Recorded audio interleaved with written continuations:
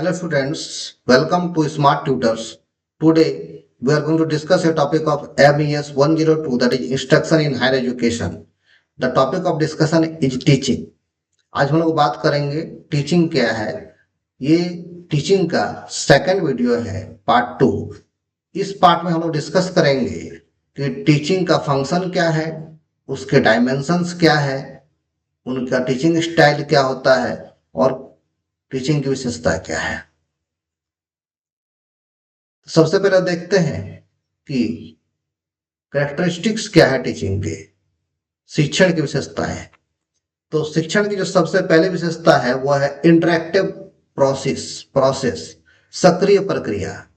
Teaching एक तरफा नहीं होता, बल्कि टीचिंग के लिए एक शिक्षक और एक छात्रों का ग्रुप होना चाहिए और दोनों की सहभागिता से टीचिंग पॉसिबल है। इसके लिए होता क्या है, तो teaching is not one way, it involves active engagement, questioning, discussion and feedback between teachers and students. इसमें शिक्षकों और छात्रों के बीच सक्रिय सहभागिता, प्रश्नोत्तरी, ग्रुप डिस्कशन और प्रतिक्रिया शामिल है। केवल टीचर अपने आप को नहीं सिखा सकता, उसके लिए स्टूडेंट चाहिए, और स्टूडेंट अपने आप नहीं सीख सकते, उसके लिए टीचर चाहिए। तो ये दो तरफा तरीका है सिखाने का। Point number 2, formal and informal, औपचारिक और अनौपचारिक। फॉर्मल टीचिंग क्या होती है और इनफॉर्मल टीचिंग क्या होती है, इसको समझते हैं। आप सब लोग स्कूल गए हैं और स्कूल में एक क्लासरूम होता है और क्लासरूम के अंदर एक टीचर और स्टूडेंट बहुत सारे होते हैं। स्टूडेंट डेस्क बेंच में बैठे रहते हैं और टीचर खड़े होकर या बैठकर बोर्ड में पढ़ाते हैं, बच्चों को सिखाते हैं। ये जो टीचिंग का तरीका है इसको फॉर्मल कहते हैं और नॉर्मली सभी लोग इस फॉर्मल टीचिंग से पढ़कर ही आगे बढ़ते हैं। लेकिन इसका दूसरा एक पहलू भी है, वह है इनफॉर्मल टीचिंग। इनफॉर्मल टीचिंग क्या है, तो जन्म से लेकर मृत्यु तक व्यक्ति समाज में रहता है, समाज की चीजों को सीखता और समझता है। वो जिस परिवेश में रहता है वैसा ही सीखता और समझता है, अच्छी चीजों को भी सीखता है, बुरी चीजों को भी सीखता है, और जब तक वो जिंदा तब तक कुछ ना कुछ सीखता ही रहता है।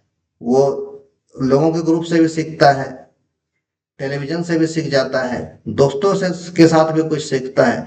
तो देखा जाए तो पूरा वर्ल्ड ही हमारे लिए एक स्कूल है, पूरी सोसाइटी हमारे लिए स्कूल है, जहां पर हम रहते हैं, लोगों से बातचीत करते हैं, तो वहां से भी कुछ ना कुछ हम सीखते हैं, चाहे अच्छा चीज सीखे चाहे बुरा चीज सीखे।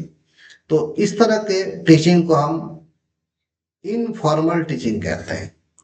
फॉर्मल टीचिंग तो एक तरीके से किया जाएगा, लेकिन इनफॉर्मल टीचिंग के लिए कोई तरीका नहीं है, कोई व्यक्ति कैसे भी सीख सकता है। इसमें अच्छाई और बुराई दोनों चीजें आ जाती है। Point number 3, art and science, कला और विज्ञान। टीचिंग कला भी है और विज्ञान भी है। कला का अर्थ होता है किसी विषय वस्तु को प्रैक्टिकली प्रेजेंट करना, व्यवहारिक रूप से प्रस्तुत करना, और विज्ञान का अर्थ होता है किसी विषय वस्तु के बारे में सिद्धांतों का होना। तो टीचिंग में ये दोनों चीजें पाई जाती है। इसमें सिद्धांत भी है तो टीचिंग एक विज्ञान है, और इसमें व्यवहार भी है, प्रैक्टिकल नॉलेज भी है, प्रैक्टिकल वर्क भी है। तो टीचिंग एक कला है, एक आर्ट है। शिक्षण में छात्रों को प्रेरित करने के लिए रचनात्मकता और मनोविज्ञान, शिक्षा शास्त्र तथा शोध पर आधारित वैज्ञानिक विधियों की आवश्यकता होती है। मतलब सिखाने के लिए स्टूडेंट को वैज्ञानिक विधि की जरूरत होती है सीखने के लिए। पॉइंट नंबर 4, सोशल प्रोसेस, सामाजिक प्रक्रिया। टीचिंग का वर्क कहाँ होगा, ये खाली जगह पर हो नहीं सकता, जहां पर लोग रहते हैं वहां हो नहीं सकता, सुनसान जगह पे हो नहीं सकता। कहाँ होगा, जहां पर लोग रहते हैं, जहां पर समाज है, जहां पर शहर है, जहां पर गांव है, वहीं पर टीचिंग का काम होगा। तो इसलिए टीचिंग एक सामाजिक प्रक्रिया है। इसमें कौन शामिल होंगे, समाज के ही लोग, वो चाहे स्टूडेंट के रूप में हो चाहे टीचर के रूप में हो, वही शामिल होंगे। तो कहीं ना कहीं एक सामाजिक ढांचे में होता है, जहां पर स्टूडेंट के ग्रुप के साथ टीचर्स का ग्रुप सीखने सिखाने का काम करते हैं। इसमें मॉरल वैल्यू को सिखाते हैं, इसमें कल्चरल वैल्यू को सिखाते हैं और इसमें किसी विषय के बारे में नॉलेज देते हैं ताकि स्टूडेंट अपने को समाज के लायक तैयार कर सके। पॉइंट नंबर 5, वेल प्लान्ड, सुव्यवस्थित प्रणाली। टीचिंग कैसा होना चाहिए? टीचिंग एक प्लान्ड वे में होना चाहिए। अगर हम किसी सब्जेक्ट के बारे में टीचिंग कर रहे हैं तो उसका एक प्रॉपर प्लान होना चाहिए कि सबसे पहले उस टीचिंग में एक ऑब्जेक्टिव रख दें कि हम इस उद्देश्य से सिखा रहे हैं, उसके अकॉर्डिंग हम प्लान कर लें लेसन का कि लेसन को किस किस तरह से प्रेजेंट कर रहे हैं स्टूडेंट के सामने। उससे रिलेटेड हम मटेरियल तैयार कर लें, चाहे वो पीपीटी मोड में हो चाहे वो ग्राफिकल मोड में, उसको तैयार कर लें। उसका स्टूडेंट का एग्जाम लें या टेस्ट लें, उसका इवैल्यूएशन करें। तो इस स्ट्रेटेजी से हम टीचिंग को कंप्लीट कर सकते हैं। तो ये एक वेल प्लान्ड वे में होता है। Point number 6, not one sided, it is two sided. Teaching कभी भी एक तरफ से नहीं हो सकता। अगर टीचर चाहे कि मैं पढ़ा दूंगा तो वो नहीं हो सकता, स्टूडेंट चाहे मैं सीख लूंगा, नहीं हो सकता। उसके लिए स्टूडेंट और टीचर दोनों की सहभागिता जरूरी है। दोनों जब साथ में तैयार होंगे सीखने के लिए। ऐसा है कि टीचर खड़ा होकर लेक्चर दे रहा है, बच्चा सुनता ही नहीं, समझदार नहीं, बस टीचर के जाने का वेट करता है, तो ये एक तरफा टीचिंग हो गया, नहीं हो सकता। स्टूडेंट के पढ़ने का मन है लेकिन टीचर पढ़ाना नहीं चाह रहा, वो इधर उधर की बातों में समय बर्बाद कर रहा है, तो भी टीचिंग नहीं हो सकता। इसके लिए दोनों का एक्टिव होके भागीदारी जरूरी है, सहभागिता जरूरी है और ग्रुप में कार्य किया जाता है। इसमें अकेले टीचिंग नहीं हो सकता, क्योंकि इस समस्या का समाधान अगर करना है तो अकेले नहीं हो सकता, वो टीम बनाकर ही हो सकता है। तो इसमें टीचिंग में ऐसी यही कोशिश की जाती है कि किसी प्रॉब्लम को सॉर्ट आउट करने के लिए, सॉल्व करने के लिए ग्रुप बना लिया जाए, स्टूडेंट टीचर का टीम बना लिया जाए और टीम से फिर काम किया जाए। Point number 7, diagnostic and remedial, निदानात्मक और उपचारात्मक। टीचिंग कैसा होना चाहिए? टीचिंग ऐसा होना चाहिए जो किसी समस्या का समाधान करने की क्षमता रखता हो और जो समस्या को समाधान करने के लिए रेमेडी प्रदान करे, उपचार प्रदान करे। नॉर्मली टीचिंग से पहले टीचर को छात्रों से बातचीत करनी होती है और बातचीत से उसे पता चलता है कि मेरा स्टूडेंट कितना जानता है, वो कितना मजबूत है या कितना कमजोर है, उसकी कमजोरी क्या है। इसका पता लगा कर ही टीचर उसके अकॉर्डिंग सिलेबस को डिजाइन करता है, लेसन प्लान को डिजाइन करता है और सिखाता है। इससे क्या होता है कि सीखने और सिखाने की कठिनाइयां दूर हो जाती है और बच्चे सीख पाते हैं। आगे देखते हैं शिक्षण के कौन कौन से आयाम हैं। तो मुख्य रूप से टीचिंग के दो आयाम है, there are two dimension of teaching. एक नैरो मीनिंग और दूसरा ब्रॉड मीनिंग। नैरो मीनिंग क्या है और वो ब्रॉड मीनिंग क्या है, दोनों के एक करके समझते हैं। तो पहला पॉइंट है narrow meaning.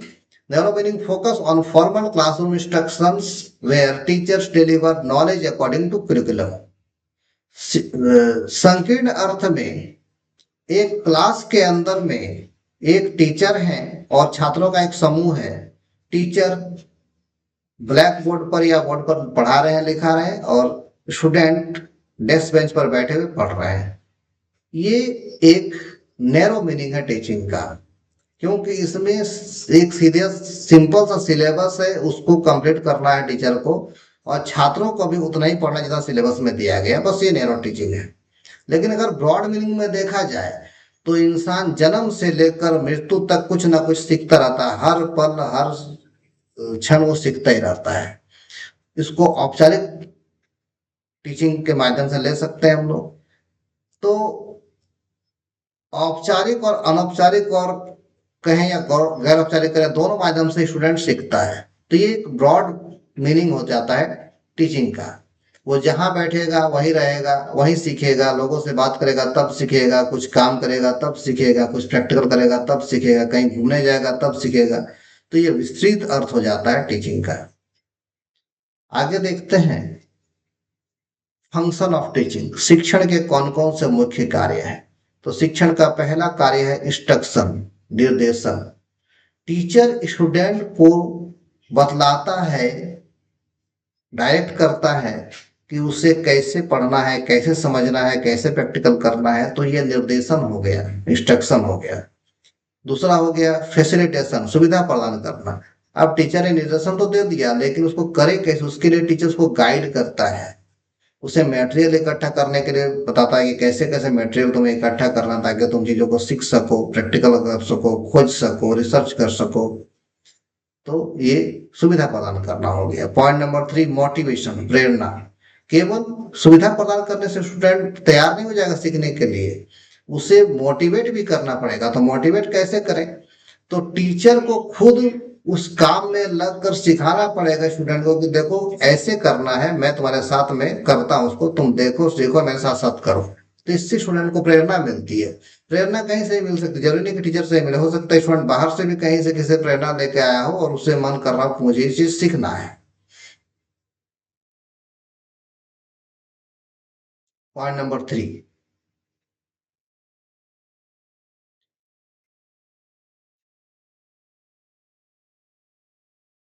Point number 4, assessment, मूल्यांकन।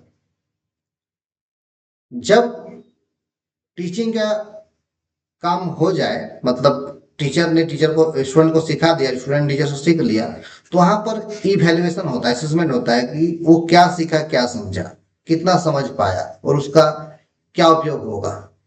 तो इसी को कहते हैं मूल्यांकन। मूल्यांकन प्रगति का आकलन करता है और प्रतिक्रिया देता है। मतलब स्टूडेंट ने टीचर से क्या सीखा उसको हम लोग इवेलुएट कर लेते हैं, और फिर स्टूडेंट से फीडबैक लेते हैं कि तुमने क्या सीखा, तुम इस चीज का उपयोग क्या करोगे, इसका जीवन में क्या उपयोग होगा। तो इन सब बातों पर डिस्कशन करते हैं। पॉइंट नंबर 5, कैरेक्टर बिल्डिंग, चरित्र निर्माण। शिक्षण से व्यक्ति का चरित्र निर्माण होता है, उसकी मूर्खता खत्म होती है, उसकी अज्ञानता खत्म होती है, वो नैतिक मूल्यों को सीखता है, व्यवहारिक मूल्यों को सीखता है, सामाजिक मूल्यों को सीखता है, समाज के प्रति जिम्मेदार बनता है और देश के काम आता है। आगे देखेंगे शिक्षण की शैलियां, कौन कौन सी विधियां हैं, पढ़ाने की कौन कौन से तरीके हैं। सबसे पहला तरीका है लेक्चर स्टाइल, व्याख्याता शैली। आप लोग सब लोगों ने कहीं ना कहीं क्लास में बैठकर लेक्चर लिया होगा, और मैं अभी जो पढ़ा रहा हूँ ये भी एक लेक्चर ही है। तो लेक्चर का मतलब है कि एक शिक्षक अपने मटेरियल को तैयार करता है और उसे अपने व्याख्यान के थ्रू, अपने लेक्चर के थ्रू एक ग्रुप ऑफ स्टूडेंट को डिलीवर करता है, समझाता है। लेकिन ये काफी प्रभावी नहीं होता। ये बड़े समूह को सिखाने के लिए ठीक है, लेकिन स्टूडेंट इसमें एक्टिव होकर नहीं सीखते, क्योंकि इसमें केवल टीचर का काम लेक्चर देना है, प्रैक्टिकल करवाना उसे है नहीं। तो स्टूडेंट इसमें निष्क्रिय रहते हैं, शांत होकर बैठते हैं, वो सुन रहे हैं, सीख क्या रहे हैं पता नहीं। पॉइंट नंबर 2, डेमोन्स्ट्रेशन स्टाइल, प्रदर्शक शैली। ये इस तरीके में टीचर चीजों को दिखाता है स्टूडेंट को, और प्रैक्टिकल करके उन्हें समझाता है, मॉडल प्रस्तुत करता है, और यही सब चीजों को छात्र दोहराते हैं, वो भी चीजों को प्रैक्टिकल करते हैं, मॉडल बनाते हैं और अपनी कुशलता को बढ़ाते हैं। तो कहीं ना कहीं डेमोन्स्ट्रेशन स्टाइल जो है टीचिंग के लिए बेटर है। Point number 3,